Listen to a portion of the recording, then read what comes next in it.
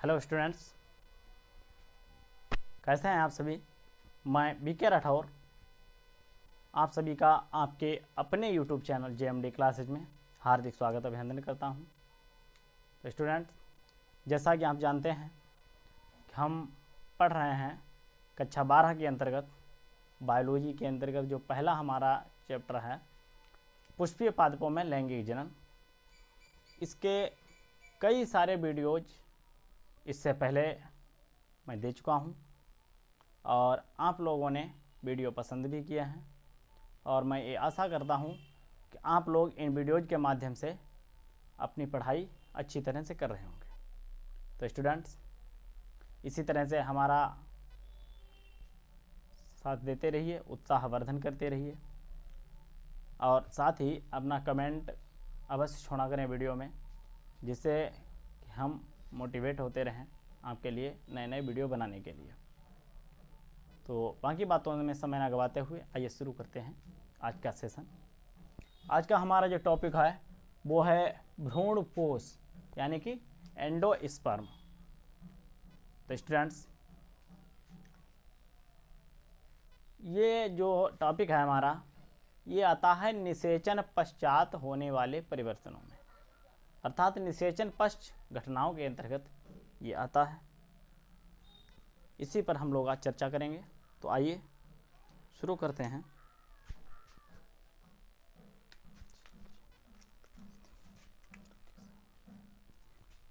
निषेचन की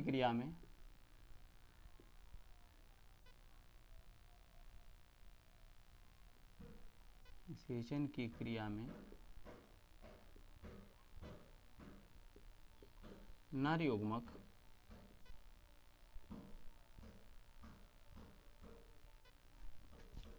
तथा द्वितीयक केंद्रक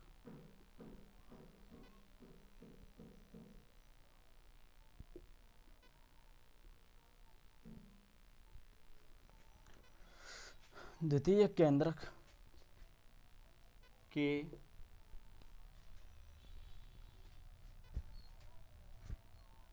संयोजन के फलस्वरूप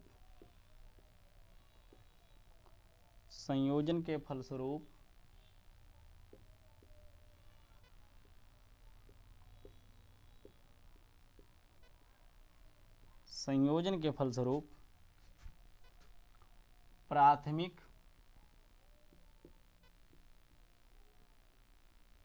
भ्रूण पोष केंद्रक बनता है।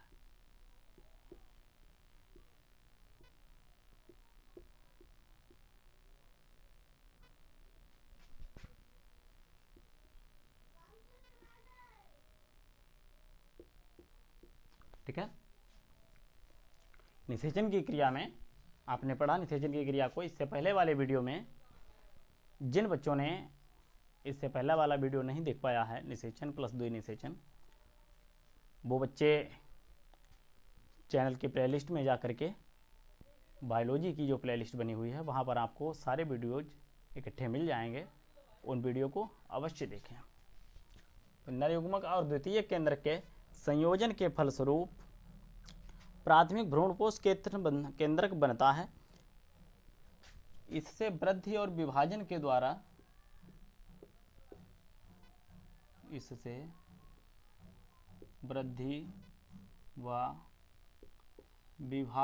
द्वारा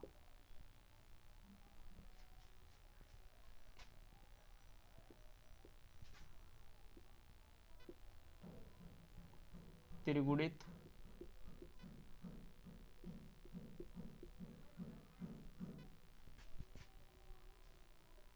यानी कि 3n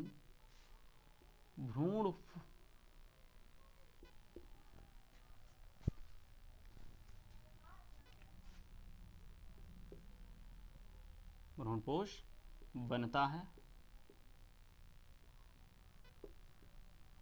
जो कि आवृतबीजी पौधों का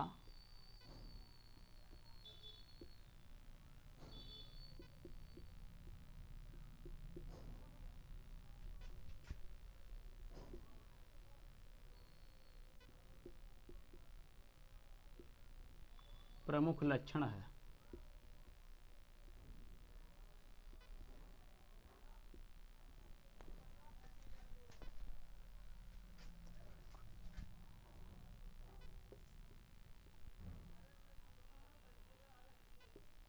भ्रूणपोष का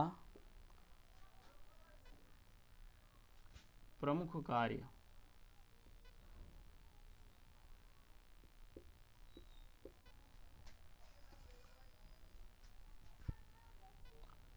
वृद्धिशील भ्रूण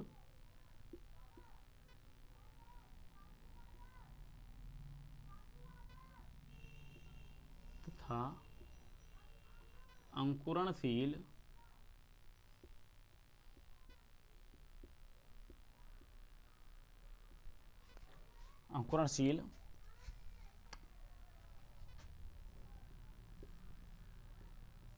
बीज को पोषण प्रदान करना है।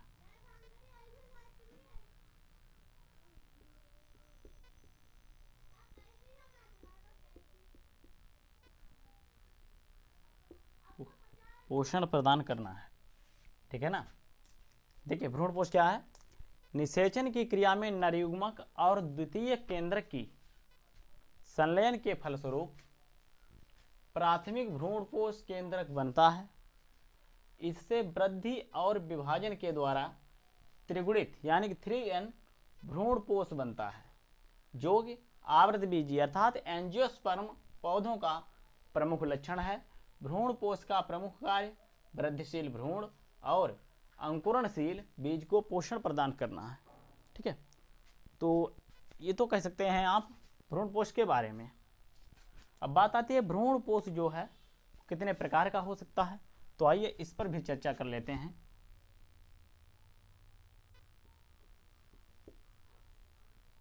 तो हेडिंग डालेंगे भ्रूणपोष के प्रकार।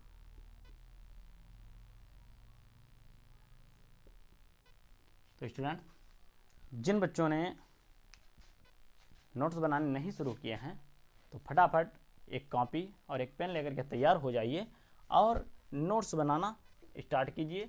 तो हम बात कर रहे हैं भ्रूणपोष के प्रकार की। तो आवृतबीजी पौधों में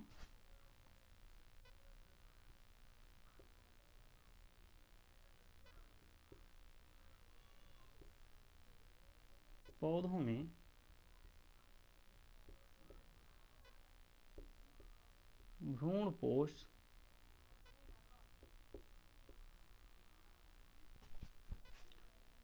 प्रमुखतः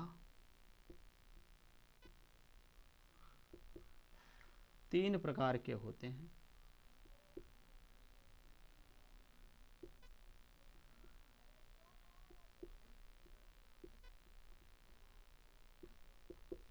आवृतबीजी पौधे यानी कि एंजियोस्पर्मी प्लांट्स में भ्रूणपोष जो हैं वो मुख्यतः 3 प्रकार के होते हैं। पहला है आपका केंद्रकीय भ्रूणपोष,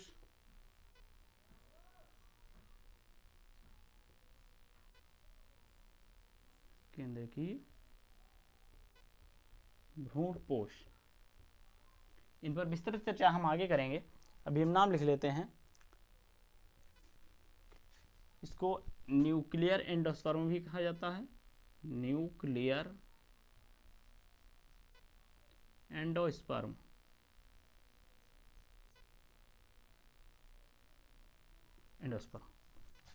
दूसरा हमारा जो है वो है कोशिकीय भ्रूणपोष,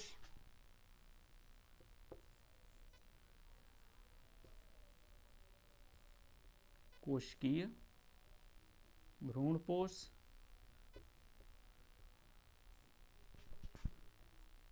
यानी कि सेल्यूलर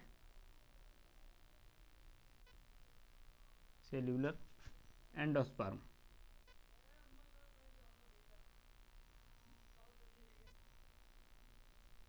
और जो तीसरा हमारा है वो है माध्यमिक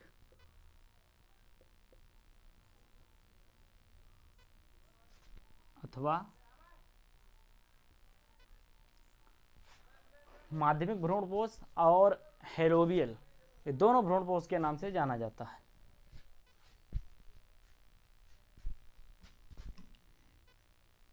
हेलोबियल भ्रूणपोष।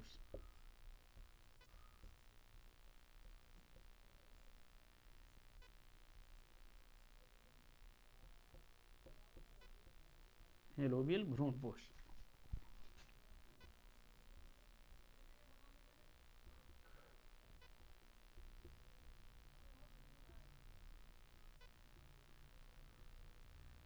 Helobial endosperm. ठीक है, भ्रूणपोष जो होते हैं आपृतबीजी पौधों में प्रमुख रूप से कितने प्रकार के होते हैं स्टूडेंट? 3 प्रकार के होते हैं। पहला है हमारा केंद्रकीय भ्रूणपोष या फिर न्यूक्लियर एंडोस्पर्म। दूसरा है कोशिकीय भ्रूणपोष या फिर सेल्यूलर एंडोस्पर्म। और तीसरा वाला है माध्यमिक या हेलोबियल भ्रूणपोष। ठीक है, यानी कि हेलोबियल एंडोस्पर्म। तो ये रहे प्रमुख 3 प्रकार के हमारे भ्रूणपोष। इनके बारे में और अच्छे से हम आगे जानेंगे। तब तक आप लोग इसका स्क्रीनशॉट ले लें और नोट्स आवश्यक रूप से बनाते रहें। मिनट जाएं जरा, अब आप लोग इसका स्क्रीनशॉट ले लें।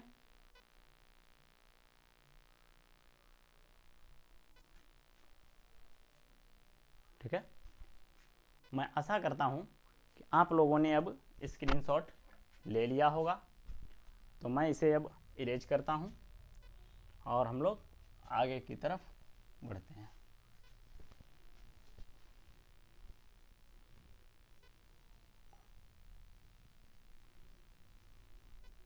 मैंने इसको इरेज कर दिया है।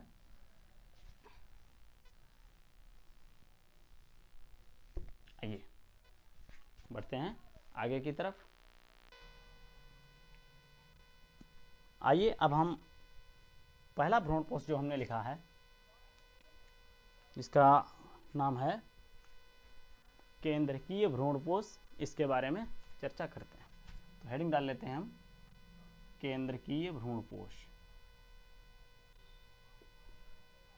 केंद्रकीय भ्रूणपोष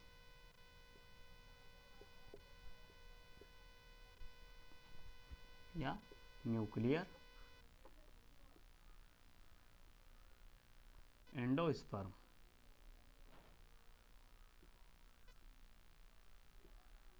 एंडोस्पर्म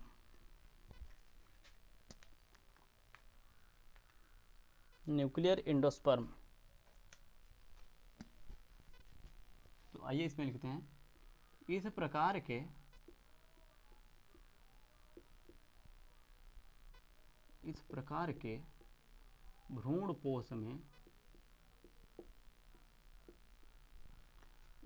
के भ्रूणपोष में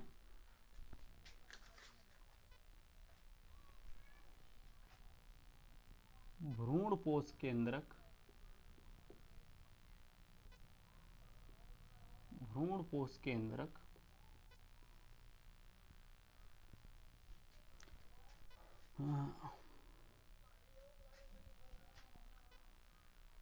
विकसित होने के दौरान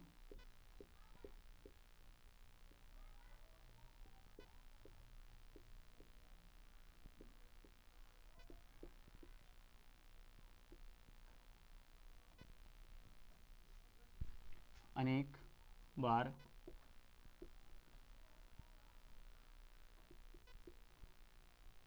विभाजित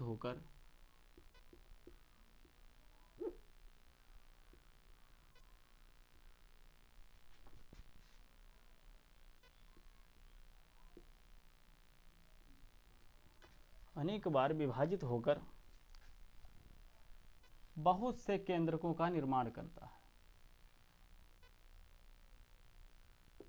बहुत से केंद्रकों का निर्माण करता है।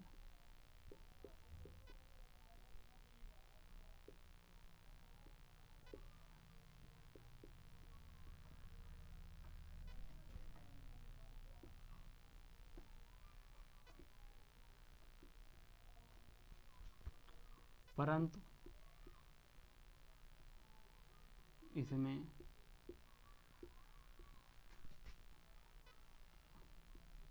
अलग अलग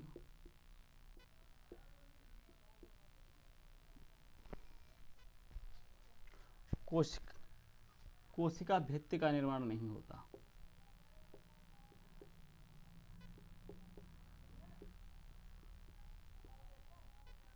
कोशाभित्ति का निर्माण नहीं होता,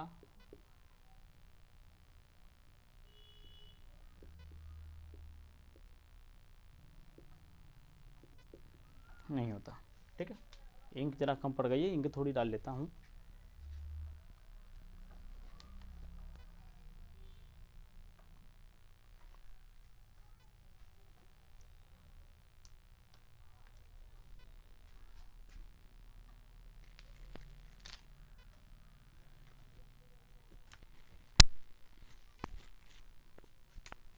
अतः ये केंद्रक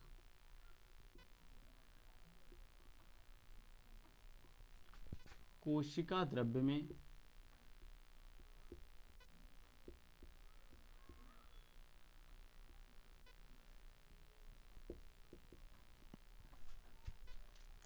समांग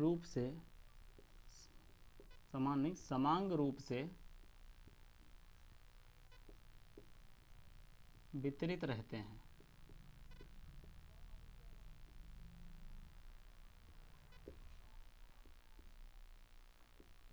वितरित रहते हैं। इस कारण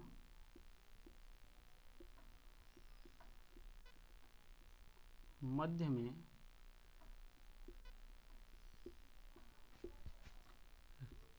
रिक्तिका बन जाती है।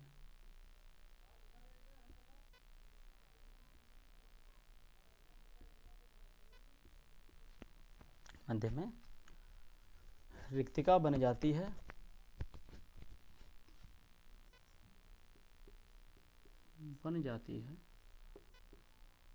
अतः ये केंद्रक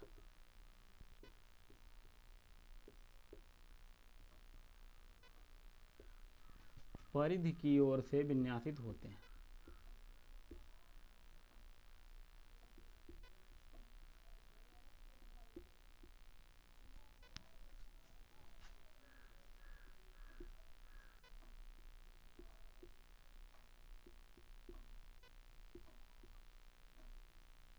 परिधि की ओर से विन्यासित रहते हैं। विन्यासित रहते हैं। ठीक है स्टूडेंट,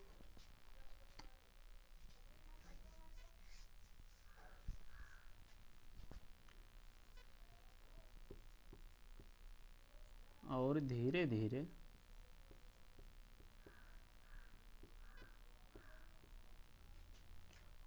धीरे भ्रूण कोश कैसा हो जाता है?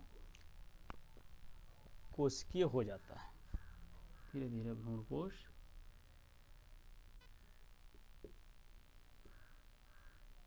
कोशिकीय हो जाता है।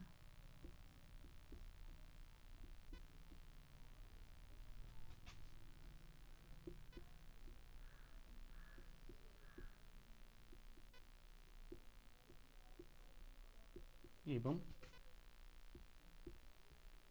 रिक्तिका समाप्त हो जाती है। यहीं से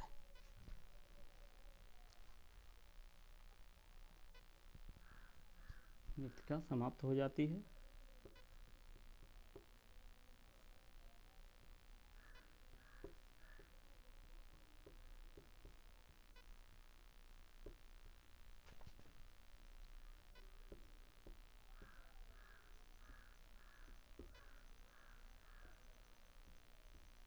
इस प्रकार का भ्रूणपोष पॉलीपेटेली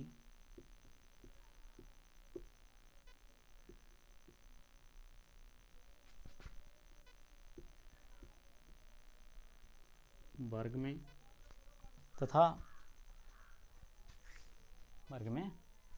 पाए जाते हैं।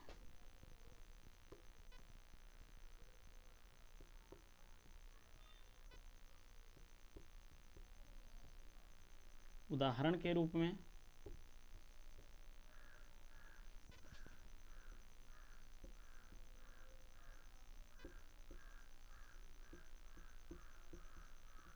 नारियल। ठीक है, नारियल जो होता है आप लोगों ने देखा होगा, इसकी गरी जो होती है बाहर की तरफ बनती है।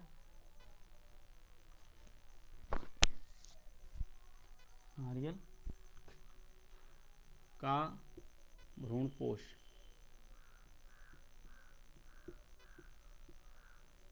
व कैप्सेला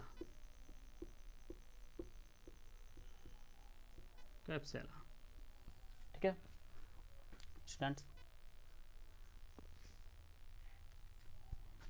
बात कर लेते हैं नारियल का भ्रूणपोष क्या कहलाता है। नारियल का भ्रूणपोष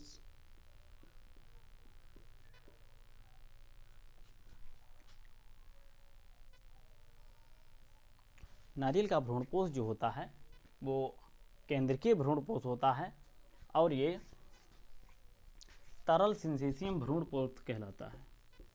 तरल सिंसीशियम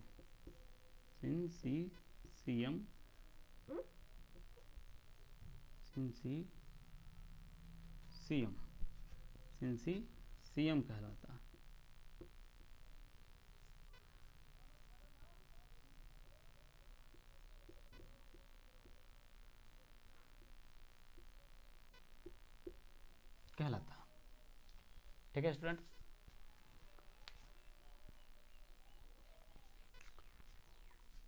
तो ये था केंद्रकीय भ्रूणपोष। आइए इसके बारे में एक बार फिर चर्चा करते हैं।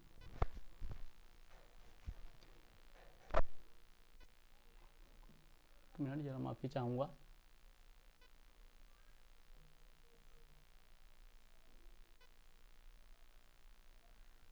ठीक है अब ठीक है ओके। देखिए केंद्रकीय भ्रूणपोष क्या होता है। इस प्रकार का जो भ्रूणपोष होता है या यूं कहें कि इस प्रकार के भ्रूणपोष, दोबारा लिख गया है, इस प्रकार के भ्रूणपोष कुछ मिसिंग है। इस प्रकार के भ्रूणपोष में, तो यहां पर होना चाहिए इस प्रकार के भ्रूणपोष में भ्रूणपोष केंद्रक विकसित होने के दौरान अनेक बार विभाजन करता है। एक केंद्रक जो होता है वो लगातार विभाजन करता रहता है और बहुत से केंद्रकों का निर्माण करता है, परंतु इसमें अलग अलग कोशिका भित्ति का निर्माण नहीं होता है। देखिए आमतौर पर क्या होता है, जितनी बार केंद्रक का विभाजन होता है अर्थात नया केंद्रक बनता है तो उस केंद्रक के ऊपर नई कोशिका भित्ति बन जाती है। लेकिन इस प्रकार के भ्रूणपोष में ऐसा नहीं होता है। इसमें नए नए केंद्रक तो बनते हैं लेकिन उनके ऊपर कोशिका भित्ति का निर्माण नहीं होता है। अतः ये केंद्रक कोशिका द्रव्य में समांग रूप से वितरित रहते हैं। इस कारण मध्य में एक रिक्तिका बन जाती है।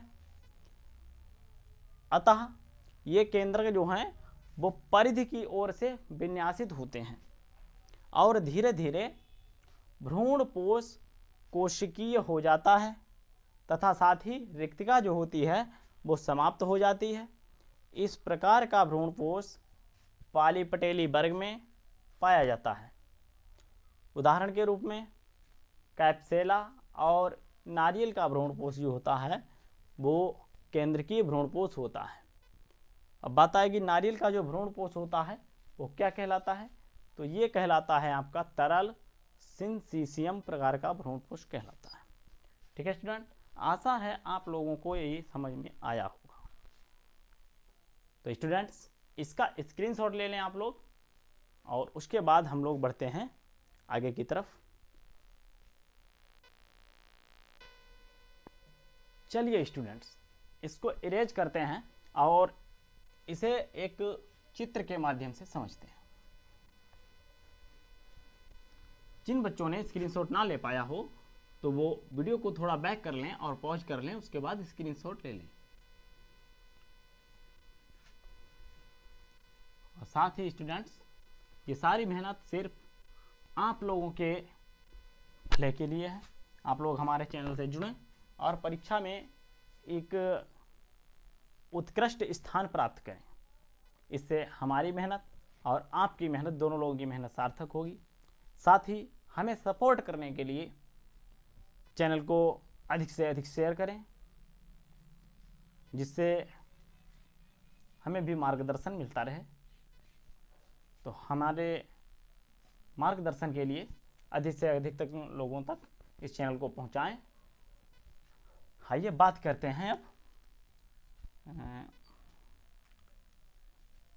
न्यूक्लियर एंडोस्पर्म की, अर्थात केंद्रकीय भ्रूणपोष के बारे में। इसका एक चित्र बनाकर हम समझेंगे। केंद्रकीय भ्रूणपोष,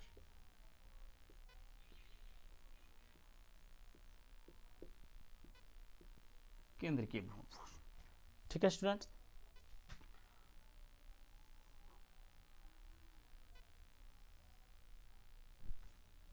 देखिए, आपने पढ़ा है कि इस प्रकार के भ्रूणपोष में केंद्रक का विभाजन होता है। तो ये मान लीजिए केंद्रक, अब इनका लगातार विभाजन होता है इस तरह से।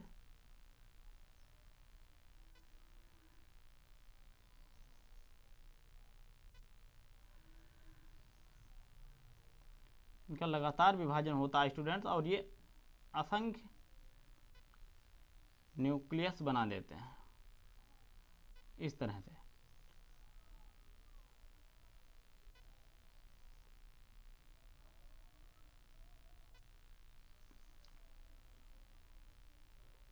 इस तरह से स्टूडेंट्स ये बहुत सारे न्यूक्लियस अर्थात केंद्रक बना देते हैं। आमतौर पर न्यूक्लियस बनने के साथ ही कोशिका भित्ति भी बन जाती है, लेकिन इस प्रकार के भ्रूणपोष में कोशिका भित्ति नहीं बनती है, और ये जो केंद्रक होते हैं ये परिधि की ओर से विन्यासित हो जाते हैं। परिधि की ओर से विन्यासित होने के कारण से अंदर की तरफ आप देख सकते हैं ये एक वैक्यूल रिक्तिका बन जाती है, खाली स्थान आ जाता है इस तरह से। ये जो है ये खाली स्थान आ जाता है। तो इस प्रकार से केंद्र की ओर से कोशिकाओं का निर्माण होना शुरू हो जाता है। तो धीरे धीरे ये रिक्तिका भी जो है वो समाप्त हो जाती है, ठीक है स्टूडेंट। तो इसका डायग्राम भी जो है वो बना लें, और इस तरह से इनके ऊपर लेयर चढ़ जाती है।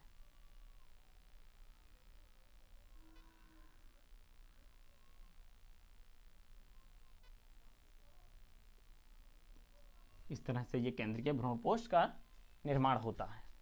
आशा है आप लोगों को चित्र से और अच्छा समझ में आया होगा। तो इसी तरह से हमारे साथ जुड़े रहने के लिए ज्वाइन करें आज ही हमारे चैनल को। तो स्टूडेंट्स,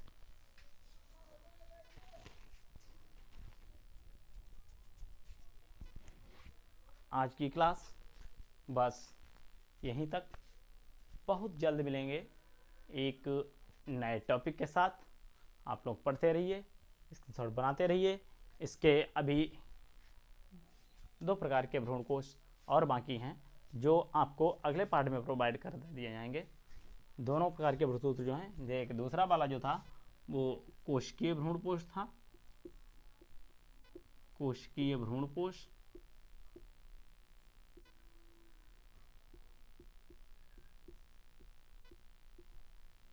तथा तीसरा वाला जो हेलोबियल भ्रूणकोश है